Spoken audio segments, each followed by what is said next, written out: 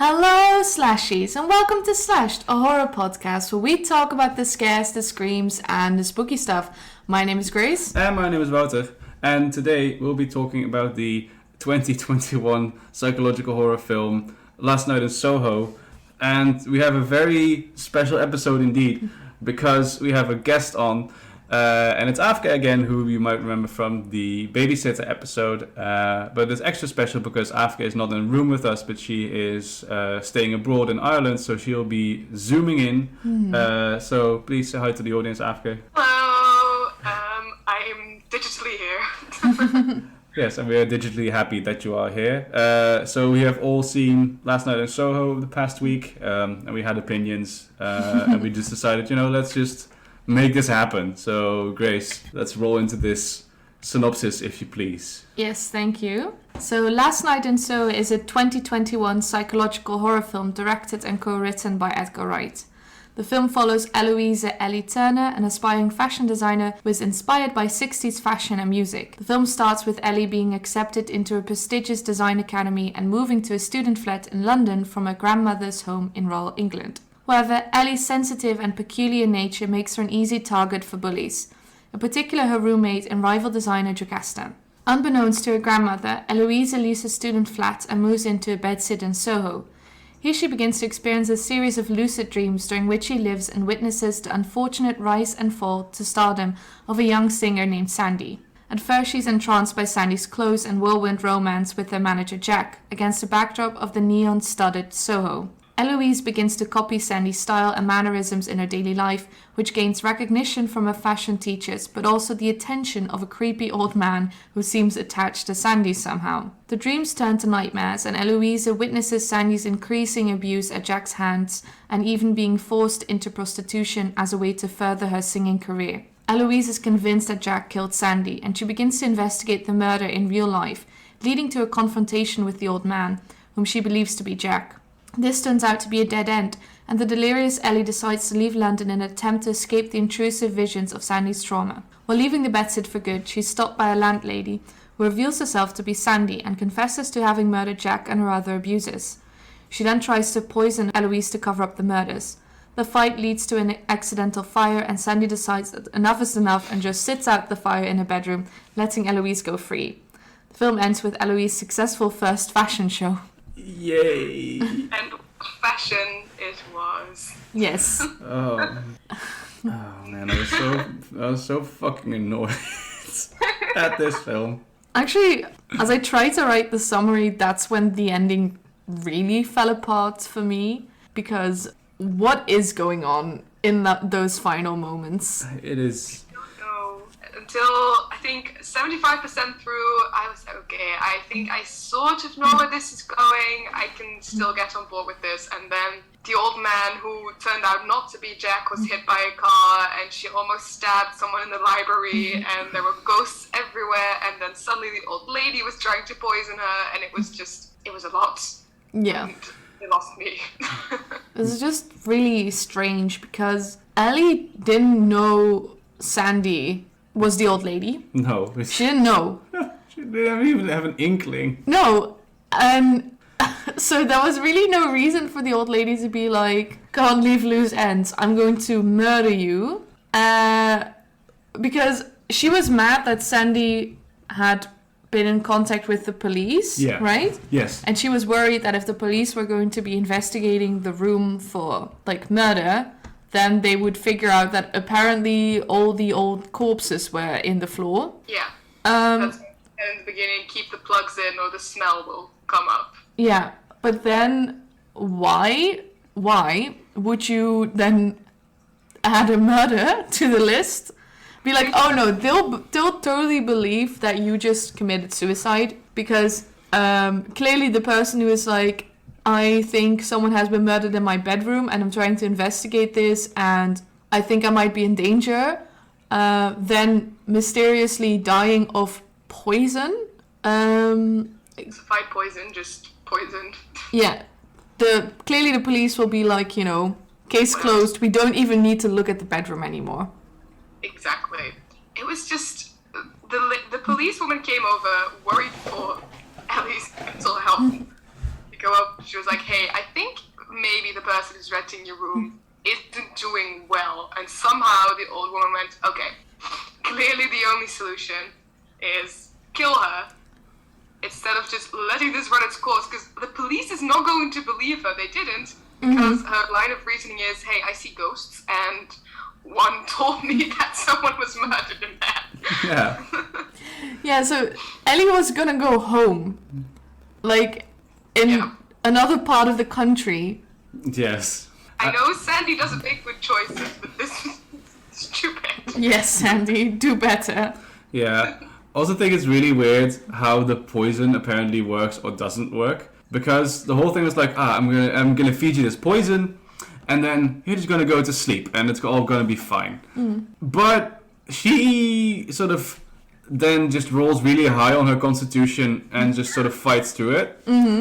But she's still poisoned by the end. Like, is it implied that they got to her fast enough that they could figure out what kind of poison was in her and like antidote her accordingly? Yes. That is dumb. Dr. Brandy really good. Yes. Yeah. I mean, they also saved John, who was just bleeding out for a while. Fuck yeah. Well, he was of age. And I get the scene. I get what they were going for. So the ending is Ellie being poisoned, and then like crawling up the stairs backwards while Sandy is swinging a knife at her. I get what they were doing, and then it was like a nice visual with like Sandy, old Sandy, young Sandy singing, and spooky psychedelic stairs. The But glass just- breaking everywhere, mirrors. In real life, this is a poisoned girl crawling backwards up some stairs, not exactly a position for speed. And there was nothing wrong with Sandy. No. Why suddenly, after having fought off many, like, strong men, was she like, just keep missing with my dagger? She's very old. So Yes. old. Just trembling old lady hands. Yeah. Which is, of course, why she opted for poison, because that is a way... Poison doesn't require you to swing your arms around. No. And then why was she like, the audacity of the ghosts also? Yeah. If the ghosts had anything, it was the audacity. Yeah. To be like, Help me! help me, kill her, help me. And I was like, film. If Ellie is gonna stab Sandy for killing these men, I'd be so angry. That is the point where the film really lost me. That was the moment where I was like, you know what? Fuck this. Because I was a tough crowd for the film, clearly. Because the film had kind of lost me in like the first half hour. Because I was like, okay, this person is a bit boring. Everybody is a twat. I don't appreciate the gratuitous beats. I don't appreciate the 60s music good, modern music bad. Off to a slow start. Fuck this. So it needed to win some points fast, and then it sort of like kicked off with like the visions. I was like, okay, this is cool, this is interesting. Then that took way too long, and then nothing happened. Then they were like, ooh, Matt Smith jump scares, and I was like, okay, also stupid. Because I hate that it's like, ooh, we have all these spooky faceless ghosts that are scaring her, but also Matt Smith is just there, and that's supposed to be scary. Well, he was shouting slut quite aggressively. Yeah, okay, yeah, that is probably the female experience that I can't comment about. So then it lost me again, and then the stupid thing with the old man happened. I was like, okay, now we're in the end game. Shit's going down, and it's like, help us, kill her. It's like, no, okay, fuck this. This is dumb. Ouch. Yeah. Then I just clocked out. Yeah. Ghosts were weird because they were non-threatening. They just sort of stood there for a while, so I wasn't too worried. Mm-hmm. I get that she was scared. It's not nice when faceless men just kind of show up and are like, hello. I'm in your studio now. What are you gonna do? That was amazing. Yeah. What's your plan? What's your plan here? Yeah. What's your plan? You wanted her to help them. Obviously, the best way to get someone to help you is to appear and just go, then hope somehow they'll understand maybe, that the old lady they're living with is also a murderer. I will say that is how every like elderly person in the supermarket will approach you if they can't find something. It's Or is just not wearing a mask, getting up in your face. Yeah. Help us! Where's the milk? not on board. No. No. Clearly, we're not a fan of the ending. No. I wasn't a fan of the film in general, but Let's- we can talk about that later. Let's try to go back to the sort of the beginning and the premise and general theme. Yeah. I was really intrigued by the trailer. Yeah. I love the aesthetic of the film, and I thought it was definitely just one of its strong points. And I really liked the idea of like, in her sleep she is being transported to this like 60s world, and there's a big mystery going on. That I really liked, and I think I know I sound very critical. Overall, I really liked this film and would probably watch it again. Not because I thought it was a very strong film, but just because that aesthetic and the camera work really appealed to me. I think I might just then like turn it off halfway. But I did find the camera work to be really exquisite, and the premise was quite fun and interesting. Yeah, it's a cool idea. Yeah. I mean, I'm not knocking it for that, but I mean, I guess it just kind of lost the tension for me in the beginning, and then it was just kind of off for me. Yeah. But I can't disagree that this isn't like a beautifully made film, you know? I think it's just a bit of a letdown where it's all building to, and I'm not trying to downplay the horrors of like the abuse that Sandy did suffer, but I've seen that before in films. It's not like a hot take to be prostitution bad, show business bad, women get mistreated bad. That's not really a hot new take. Yeah. And I thought that it was going to be a more insidious, darker plot that also felt more threatening to Ellie personally, specifically. So Yeah. what I thought it was going to be was that basically they were going to try to that like Sandy and Jack were these spirits that had created like the perfect dream world for Ellie, because she loved the 60s. It was like, this is amazing world where you can wear these beautiful 60s dresses and go dancing and sing in this club and live like your absolute dream life, and all you need to do is trade some hours in the real world. And that basically we're going to try to body snatch her. Ooh, that'd be cool. Yeah, and I thought they were like trying to bring like maybe the old man was Jack, and he knew like, I can see it's starting to work, and soon I can like try to put Sandy in your body, and then you'll be stuck in the dream world. Kind of like Haunting of Bly Manor, body snatching Yeah. younger people. Yeah. Yeah, exactly. Been cooler. I based on the trailer that it was going to be a thing where it's like, okay, she's going to this fashion academy, but she's feeling overwhelmed, and she draws inspiration from the 60s, and then she starts living these memories, and kind of the line between her and Sandy is starting to blur more and more and more, and she's starting to lose herself in this persona of Sandy so much that it's actually becoming a problem. But then also she's slowly starting to discover, oh shit, this behind this wonderful retro glamorous facade is actually not fun. Like the 60s look really fun, but they also were really, really bad. And it's starting to really like influence her as a person, and she's just like absolutely losing it.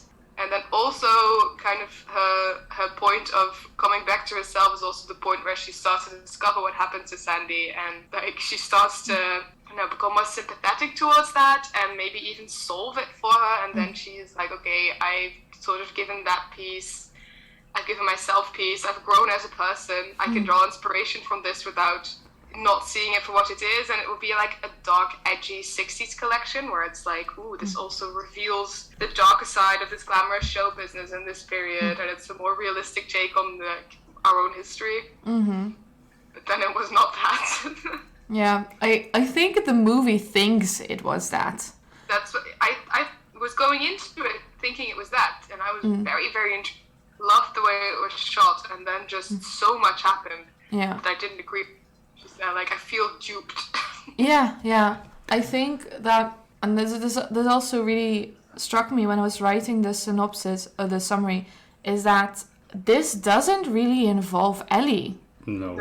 There's no reason why Ellie is seeing these visions, except for, okay, Ellie can see ghosts already, and she's in a haunted place. But even the first part is not really a requirement, because clearly that room was, like, really haunted. So, anyone sleeping there would have had weird experiences. Like, I can believe that. Which Mrs. Collins also said, like, people keep leaving in the middle of the night.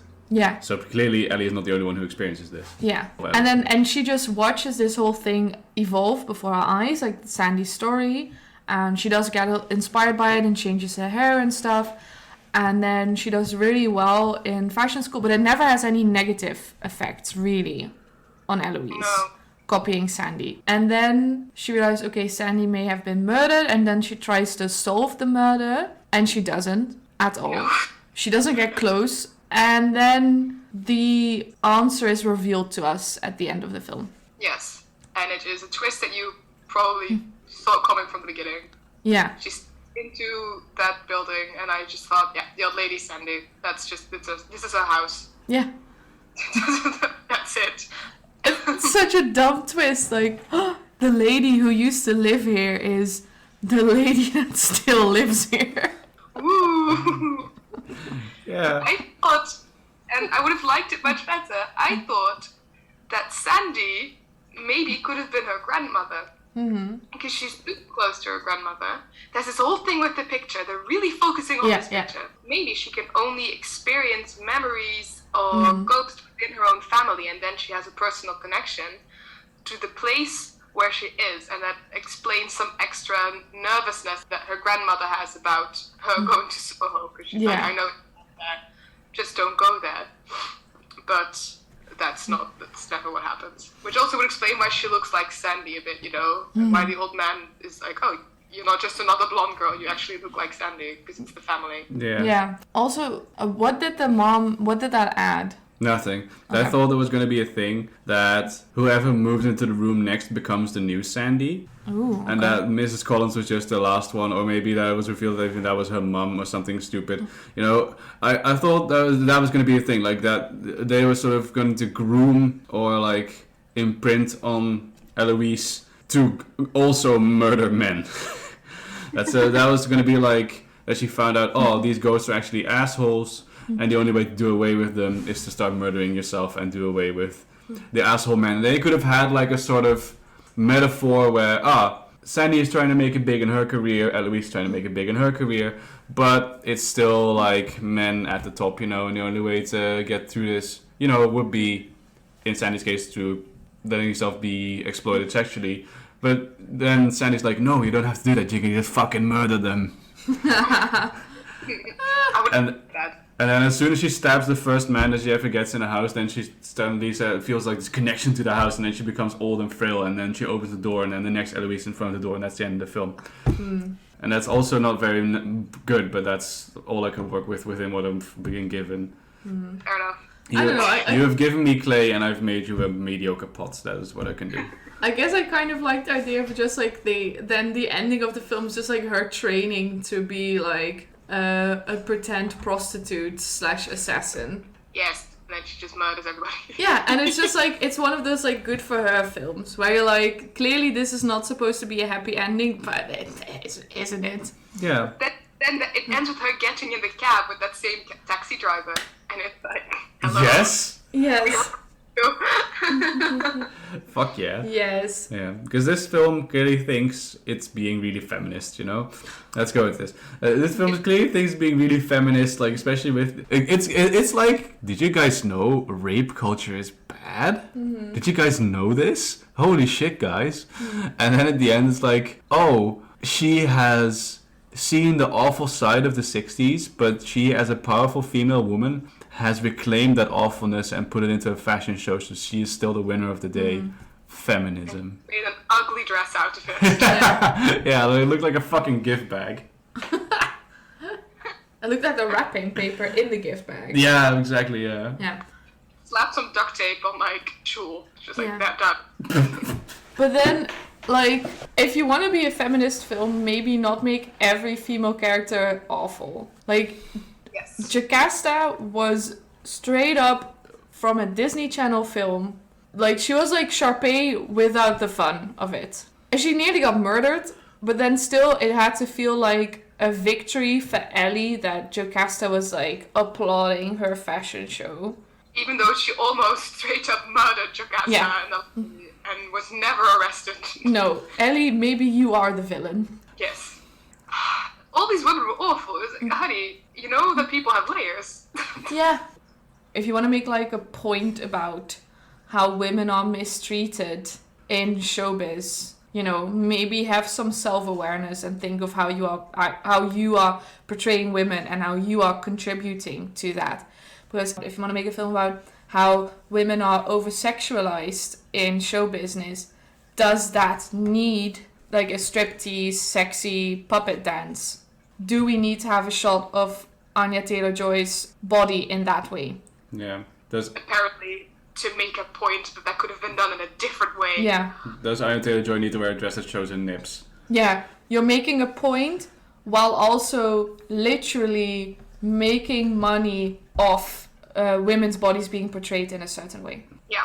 Yeah. It's like the Steel Panther problem. You know, you can be like, we make songs that, you know, sexualize and denigrate women as a joke, you know, because we emulate that sort of hair metal aesthetic, and it's all a parody, but you're still, at the end of the day, making jokes that are misogynistic, you know? It is why you can't really make a good film adaptation of Lolita. Yeah. Yeah. Because you're still just making pedophilia at the end of the day. Yes. Yeah. Yeah. Agreed. So, Yeah. Characters are generally awful. I know I hated Eloise yes. so much. Fucking hell. Yeah. Talked like an orphan from a Dickens novel. But last like bit of soup for the entire film, and it was so annoying. I know this girl can act. I've seen her act in Jojo Rabbit. She's amazing. I don't know what happened to her here. No, they made her like this, not like other girls, protagonist. I think they thought, well, if her mother is dead, then obviously this is a deep character.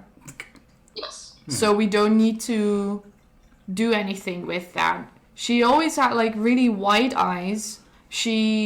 I know she liked the 60s, and I know she didn't like being sexually harassed. Yeah. You know, very, very deep character here. Yeah, it's like you have to fill in like a bio for like a website or something. Likes 60s, dislikes sexual assault, you know? Yeah. Honestly, one of the pub scenes where they all went out together sort of implied that the other women didn't mind sexual harassment, or at least those comments, Yes. and that they thought that she was boring for, you know, not liking people coming up to her and sexually harassing her. Yeah. Because of course all other women are disgusting thoughts, you know? Yeah. Imagine humanizing Jocasta. Yeah. Imagine. Imagine. Because Jocasta's mother also died, and they just use it as a joke. Yeah. My mom also died. I'm so deep. It's like, yes, that is exactly how you write your characters. Well done. Yeah, but because then they are equally deep, then they have to make Jocasta extra cunty, because otherwise she's too likable. It was so weird why they would do that, because I thought like, oh wow, you know, they are gonna give her a roommate that, you know, maybe has like a different vibe and maybe doesn't have the same problems as Eloise, or at least deals with them in different ways. And they're gonna bond. Wow, great. Female friendship, love it. And then they were like, no, because Jocasta grieves in the wrong way. Yeah. Yes. It was just insane. Yeah. What you said, Grace, the characters all just felt very flat. Yeah. Stereotypes, or just easy one-dimensional people to make a point, you know. Oh, we have the creepy taxi driver, we have the creepy this and that, the annoying roommates, leery guy in the pub, the badass owner who is a woman. And Irish. Yeah. And Irish, of course. We had the love interest, and he was just nice to Ellie throughout. Even when really any person would have said, you know, Ellie, you basically yelled rape when I was on the other side of the room, not doing anything, and I nearly got the cops called on me, so maybe I'm not super inclined to go out with you anymore. And they were like, no, John is still like all in. Yeah, you basically swatted me, dude. He was the only person of color in this, and his only thing was he worships white girl and tries to save her. I think they were so afraid of writing a racist character. Like, they were so afraid that if they gave him one bad quality, it would be racist, that they completely overshot that and made him like the nicest, meekest person ever, which then became kind of racist writing. Yes. I'm Compensated in the wrong direction there. Yeah. Yeah. If you look at like how the characters are built and like how clearly the catharsis of the story works, what the film thinks is a cathartic moment at the end, this film just feels like a YA novel. Mm-hmm. Like you have like the outsider, not like other girls, and then she goes through something traumatic that nobody really understands because she has a gift, and all the other girls are mean to her, but there's a spirit world and she's the only one who can access it, and she has a super nice understanding boyfriend, and then she conquers the evil in the end, and then she has a fashion show because it is still high school, Including kind of the love triangle between Ellie, Jack, and John. yeah. Because Ellie was like, she was into Sandy and into Jack. I mean, you know. Very fair. Yeah, at the very minimal, this film was there for the bisexuals, you know. I think, I mean, in hindsight, knowing that the film was going to be like heavily about Sandy being like over-sexualized, etc., I wouldn't want that anymore. But in the beginning of the film, I really thought it would be really cool if they actually dived into the sort of weird sexual nature of that connection between Sandy and Ellie. Because it was like Ellie like wanted to be Sandy but also seemed to feel attracted to Sandy Yes. and liking just to look at her. And I thought that could have been really cool to explore. Yes, definitely. Because it is implied that she feels physically everything that Sandy feels for a while. Yeah. To an extent, apparently, because when Sandy apparently gets murdered, she's fine. Yeah. And like, oh, I'm glad you don't have stab wounds, but you did have a hickey before, so where's the line? Yeah. Yeah. The internal rules of this whole... Let's talk about that, because we were angry about this. The rules of a vision don't make sense. Mm-hmm. No, not at all. It's kind of implied in the beginning that she sees facts, like things that actually happened. But then, at some point, because the film is trying to trick you and feel like you weren't paying attention well enough, one of the visions she sees is a metaphor Yes. for Sandy's character death, but physically she's still alive and murdered some people. Mm-hmm. The film is like, ooh, Sandy was murdered in this bed, and Ellie sees that, and according to everything you've seen before, that actually happened. But then the twist is that didn't happen.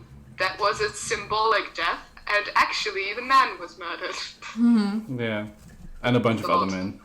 I didn't like it. No, I mean this film just straight up fucking lies to you. Yeah. Like there is a point. This is a bunch of a George R.R. Martin quote, who's like, if you're writing a murder mystery, and you set everything up pointing to that the butler did it, and then people figure it out that it's the butler, and you then change it to not be the butler anymore for the sake of having a twist. That's not a twist. That is just shitty writing, because you establish that it's the butler, and then just change it for the shock value. And that's exactly what they did with the old man. Like, everything they did pointed to the fact that this was Jack. And then they were like, no, fuck you, it's this other dude. And then they were really mean about it too. They were like, no, it's Lindsay. You know, Lindsay. Yeah. Like, who the fuck is Lindsay? Seen him once. And I don't stand Lindsay, because Lindsay's fucking creepy. Yeah, and they were like, oh, Lindsay's a good man. You know, he does, what is that called in English? Vice. Yeah. He's a vice cop. Vice cop, and he was always looking out for all the prostitutes here.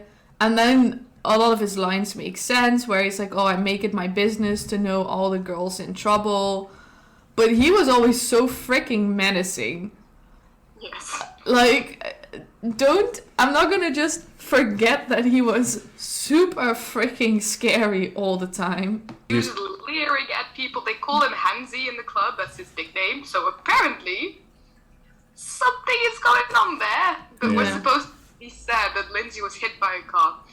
This film uses a lot of people getting hit and almost getting hit by cars as like a scene transgression. Just watch where you're going. It's London. Yeah. This film had one good jump scare in it, and the rest was just cheap. I like the jump scare where she wakes up from the dream, and then she's in a room in the early of the morning, and she wants to call someone, and then the man from her dream grabs her hands like, you're not going anywhere. That scared the living shit out of me. And then she actually woke up. That was good. That one I really liked. But other than that, I really hated every jump scare that involved Matt Smith. Because I was like, ooh, it's Matt Smith's face. And I was like, meh. It's not really perfect scary. Eyebrowless man who's calling you a slut snack. Yes. Yeah. Yes. I just find it so... As soon as you're yelling slut or whore at someone, you've lost the argument. Yes. If that is the best you can do, you know, not very threatening.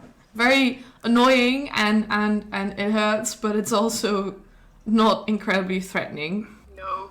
Yeah. And Let's talk. The dialogue is a continuous problem yes. for me.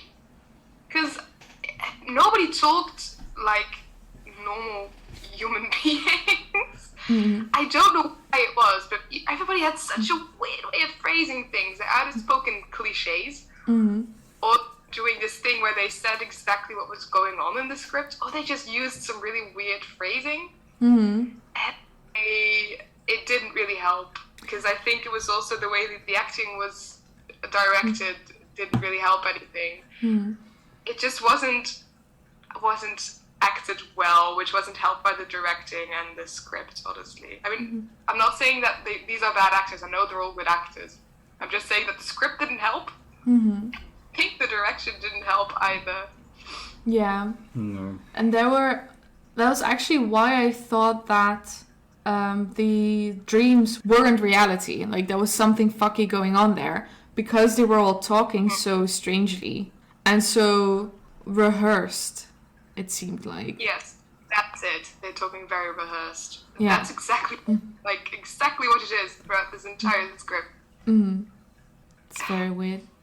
Just sad, because these are good actors. Yeah. They're actually good actors. It's a good cast. It's a really star-studded cast, and especially with the landlady who is playing older Sandy, whose name I now forgot. Diana Higgs, something like that. But she is like a really, really, really like renowned actress. Yeah, she was on fucking Game of Thrones. Yeah, and I think this was her last thing before she passed away. Oh, she did? No. I think so. So that makes me extra sad, because the writing didn't really honor the actress. Oh yeah, she passed away last year. Yeah, rest in peace, Diana Rigg. Oh, too bad. Oh, she is. Oh, she's Elena Tyrell in Game of Thrones. Yeah. And she did she was like an it girl in the 60s. Oh, so this was actually something that she was very familiar with. Yeah. That makes me extra sad. Yeah. For some reasons. Oh no. Oh, she deserved better than this. Because they also didn't really give her a lot of interesting lines. No. They made her say dearie a lot and called it a day. It was really strange. We're all sounding very negative, but I didn't hate this film. No, I think it had so much potential. Yes, that's it. It's just a lot of wasted potential, and it was shot beautifully, and there was obviously a lot of heart behind it, and like the intentions were so nice, but it just didn't really. No, and I think honestly the prostitution angle killed the film, because clearly they didn't know how to handle that material well. No. And it made it all feel very hollow, because at that point Jack was just pure evil. Sandy had become like this really sad victim character, because she seems really like confident and able to stand up for herself in the beginning, and that can add to this feeling like, oh, it could happen to anyone. Like, even if you think you're super confident and you can like protect yourself, you could be, victim of abuse in such a way that you would do things that you would never ever see yourself doing. But I think what would have worked better, and which would have worked better with the all-round themes of like not all that glitters is gold, is we never get to see the other side of it. Because she's doing it to further her career, and we only ever see her perform once. Yes. And then she becomes a sex worker, forcibly. But we don't see it like being juxtaposed. Like, we don't see like, oh, she's becoming more famous and getting more gigs, and that she's getting exactly what she dreamed of, but it has these and these consequences. Yeah. Like, this is the price that she's being made to pay for it.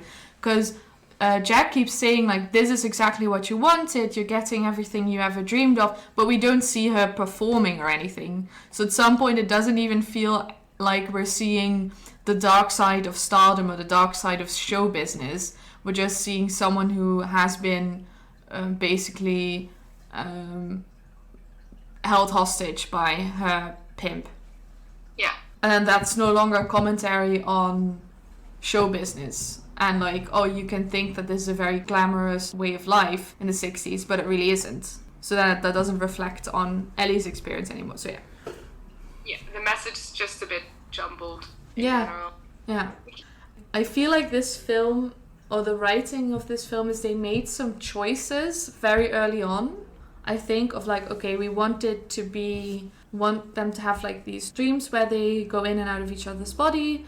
We want that's building towards the reveal that Sandy was forced into sex work, and then that builds to the reveal that actually Sandy is alive and is the old woman. Yes. And then while writing, they didn't reflect on if that was actually a logical progression of the story. No, that may be exactly it. And we did talk about this, the product placement in this film. Oh, my fucking lord. Absolutely abysmal. Sponsored by Beats by Dr. Dre. It was really not okay. Like, I get it. You need to get your funding somewhere. But like the Beats, which had so much focus on them, the Coca-Cola. Coca-Cola was the worst. That one I really fucking hated. Because it really zoomed in on that. That one really itched my ass. I think they did it 3 times. When she bought it, when she put it in the fridge, and then when John gave her a new one. Yeah. Yeah. Like, he like holds it up to the camera. It's like, here's the Coca-Cola I took from you. Here's your Coke. Oh, you can't see that I'm reaching towards Aafke's camera, but you get the idea. And the beer. And the beer. The fucking beer. Yeah. Every time somebody ordered a beer, you got this close-up of the logo on the tap. And just it was like, honestly, like a commercial. The way it flowed into the glass and then filled. You saw the bubbles fizz. And it was like, why did I did not order commercial breaks with this film. No, and you can say like, oh, it's a stylistic choice, like with Quentin Tarantino does a lot of these shots of like food, but that's never for product placement. It's like it's never like, because like with like the apple strudel in Inglourious Basterds, and they do it in like Django and stuff, but it's never for product placement. I also don't you just ever go to the pub and then go up to the bar and are like, I would like 3 Kronenbergs for me and my friends, please. Yes, 3 Pilsners of this specific brand, please. Even though that's the only one you have on tap, I want 3 of this specific brand that you have. I would have 3 Bavaria from the tap, please. for my friends, because we love Bavaria. Yeah. We never see John with his friends. No, John doesn't have any friends. Let's be real. Like, he's a nice guy, but he doesn't. The film doesn't show me how he has friends. It was a bit weird because he was like, "I'm obviously here because you're working," and then it was like 3 beers for me and my man, me and my mans. me and my mans. Yeah. I speak English. Yeah. Literally, the first time we see John, he's hanging out by himself outside of Eloise's flat. Oh yeah, and she's like, he's Yes. like, "Do you And need then help?" And she says no, but she should have let him help. Yeah. That is what the film's about. Some men actually want to help you. Yeah. And then they get a good boy sticker, and then they, you know. I really dislike that they named him John, because John is like a euphemism for men who frequent sex workers. Yeah. And I was like, that's not as clever as you think. No. Also hate that everyone has like super normal names like Sandy and Jack and Ellie and John. Jocasta. And Jocasta!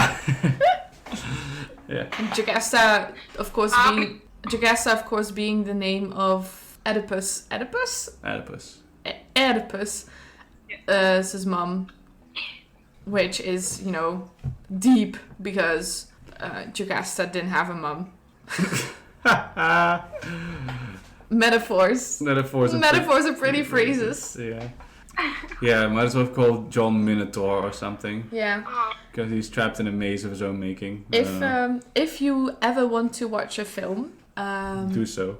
about fashion set in the 60s with some actual good designs, featuring a girl who lost her mum and never really got over that. Ah, yes. Yeah. And then decided to sort of have like a funky, fashionable alter ego, which she does use to enact her revenge on men. You could also watch Cruella, Yeah. and you might actually have a better time. Corella's fucking great, though. Cruella was good. Yeah. Yeah. I've seen it. You Oh, it's so haven't- good. Oh, Go watch it it's after. actually really good. Yeah. If you can get over the fact that her mum was murdered by Dalmatians. Dalmatians, if you can get over that, it's like Devil Wears Prada in the 60s with actual really good designs. Yeah. Perfect. I'm intrigued. I need something to cleanse this weird version of the 60s. I can remember sitting in cinema and you whispering in my ear, wonder when this stops being Cruella. Yeah. Well, because the first outfit she wears is looks really, really similar to one of the designs in Cruella. Ah, right. The paper, Right. the newspaper dress. Right, yeah. I liked that. I was like, okay, it shows that she's very creative. She can work with different kinds of materials. But then the fashion just was bad. Yeah, and also the fashion of her classmates was also really bad and boring. Yeah. It's like these are not fashion students. Or maybe they are, but they're all first years, and first years are supposed to suck at things, but then Eloise is good for no reason. Like, because I assume if you get into fashion school, you're just base level fine, you know? And then they're like, actually everything you do sucks, and we're going to teach you how to do it properly. My assumption, I'm not a fashion student, so No. what do I know? Is probably that all the first years are going too crazy with it. Yeah. Because, everyone wants to do something super unique. So you're like, I have made a suit entirely out of goose feathers and nickels. And then your fashion teacher's like, no one will want to wear this. It will make them turn green. So let's go back to the drawing board. And how do you make this into something workable? And not like people just making things that were in H&M 5 years ago. Exactly. Sorry, John. Or I'm glad that 60 she years gets ago. inspiration from the 60s. That's great. You can use it a decade as fashion inspiration, but she doesn't use it as inspiration. She just copies it. Yeah. And that's not designing, that's just drawing. Yeah, we were talking about assuming that Sandy's dress really is as special as it is, and I'm sure it is, then big chance that it is designer. Yeah. And then probably the teacher would be like, this is the designer X, this Yeah. collection. Don't copy this, you Yeah. rude person. Design something that, okay, you can use a silhouette, so do something with the style people at the time, but she just made full dresses in a different fabric and called it a day, and everybody was like, groundbreaking, Eloise, this is amazing. I honestly liked what she was wearing herself more. Yeah. Also, she went back to her old hair color because blonde is the color of evil. Yeah. Yeah. Prostitutes and mean girls. Yes, we've seen that. Yes. All blonde. And This is what Killer Queen has also taught us. Yeah. Yes. Didn't like it. Didn't like it? No. Okay. Serious though, like, tastes differ, and it's. I can appreciate that people think this is a good film. I like this film, and I'll respect that. But I'm of the opinion that at some point, just having a nice looking film isn't enough anymore. Then you might as well make a silent film. I don't care how nice your film looks. If it's not well written, it's not a good film. I think comparing this to some of the other things we've watched, I'd say it's still like a 7. I can see you don't agree about that. I wanted to give it like a 5.8 to a 6 tops. Okay, but what would you give Sightless? Let's give Sightless a 7. I think Sightless is... Because Sightless doesn't, like, fuck around. Like, Sightless is, I think, nicely done with cinematography. I think it is better written. What would you give Malevolent? Oh, Malevolent, like a 3. Malevolent is fucking ass, Grace. What would you give Malignant?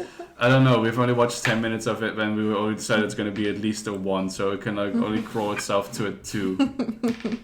Insidious is proper scary. Yeah.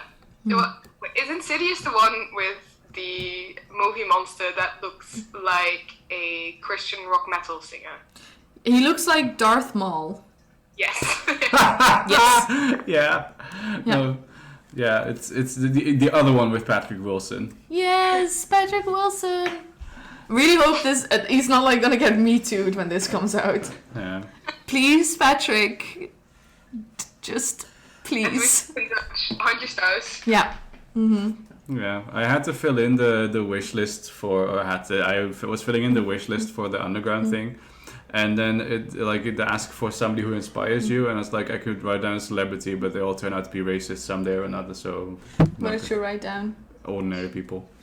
You just wrote down who inspires you, and you just wrote down ordinary people. No, I wrote down I would like to write down a celebrity, but they all turn out to be racist sometimes. So I would say ordinary people doing ordinary things are extraordinary, as Gandalf would say. You are. Down. Wouter is not like the others. Yeah, I am a YA novel. And he listens to 60s music and admires ordinary people. Yeah. At night, he had visions of a 60s writer. I don't know. Yeah. Wears made of, I don't know, glass, and that's all I want to buy you to do something similar today. Yeah. Maybe you're going to have dreams where you are Dancing with racist Mets. Cthulhu. H.P. Lovecraft. H.P. Lovecraft. Yeah, maybe. You're gonna have to call that cat by its name. Yeah. I think being H.P. Lovecraft would be really fucking boring. Probably. Like, dude was a shut-in. He didn't touch grass very often. Who would you want to become in your dreams, Aafke? Mae West. Ooh, alright. Immediately, no contest. What about you, Grace? Oh, that's a hard question. I think everyone who inspires me was also not doing very well. So I don't think I'd want to be Vivian Lee. Oscar Wilde also depends very much on if you catch him on a good day. Be great though. I'd be so tall. Yes. And I would just break up with Bosie immediately and be like, get out of my house. I want waffle fry. Oh my gosh. This project is edited. I don't know. See, it's a hard question, right? Everyone's problematic. I would want to be... Grace Kelly. Yes. Yeah, I'd be Grace Kelly. Yeah. Yeah. Perfect. I would want... No, I would want to be like that Austrian emperor that went round all the peasants and ate potatoes to inspire them to also eat potatoes. Thinking of Frederick the Great, I think. Yes. I'd want to be him. Yeah. Just be like, who wants fries?